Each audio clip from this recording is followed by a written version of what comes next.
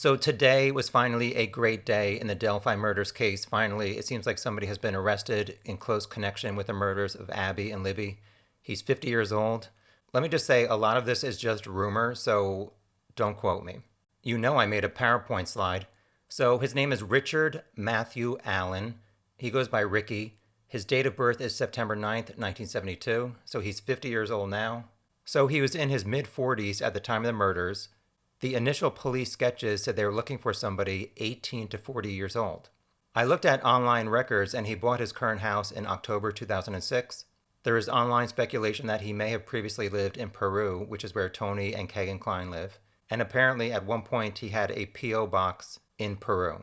Currently he works at the Delphi CVS drugstore, and some locals are saying that he rang them up, which is kind of eerie to think that Libby and Abby's family members go to that CVS and they've been rung up by the guy who killed their daughters and their granddaughters and their sister.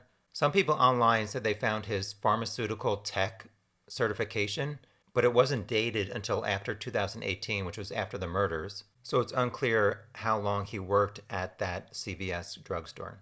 It was mentioned online that he has a weapons permit. There's been speculation in the past that the killer used a gun to intimidate the girls to go down the hill. His bond is set at $20 million, so his ass ain't going anywhere. One online document said that he might be using an alias, Craig Ross Renfro.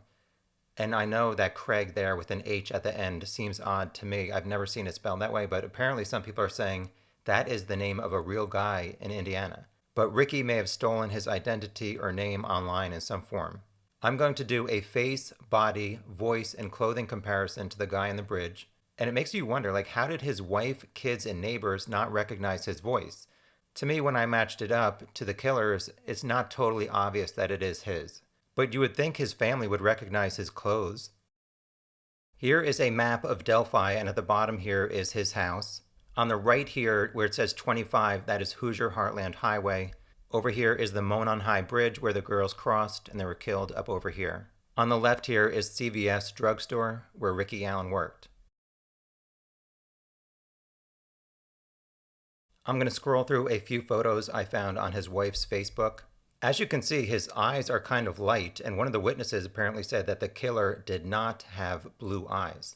I never came across a picture really where this guy is smiling or showing his teeth, so at least hopefully he's been miserable. This is just a screen capture I took of a video that his wife posted on Facebook.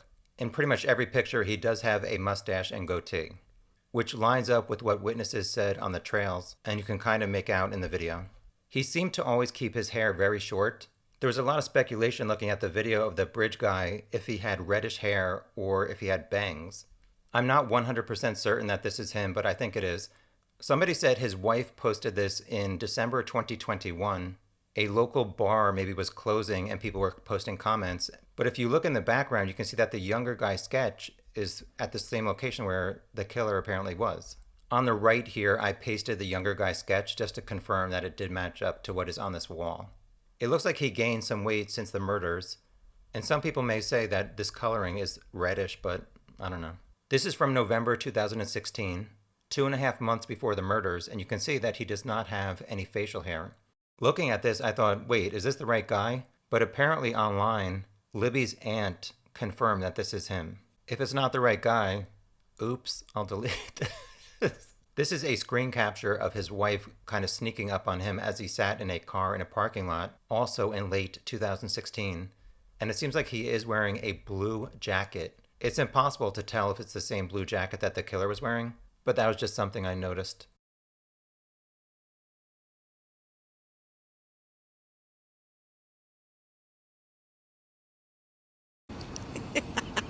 Here is a full body shot of him standing up in late 2016. Some people online said his booking information said he is 5'4". If you're familiar with the case, you remember that one of the teenage girls who said she was a witness to him said that she is 5'6", and that when he walked by her, he looked to be around her height, possibly an inch taller.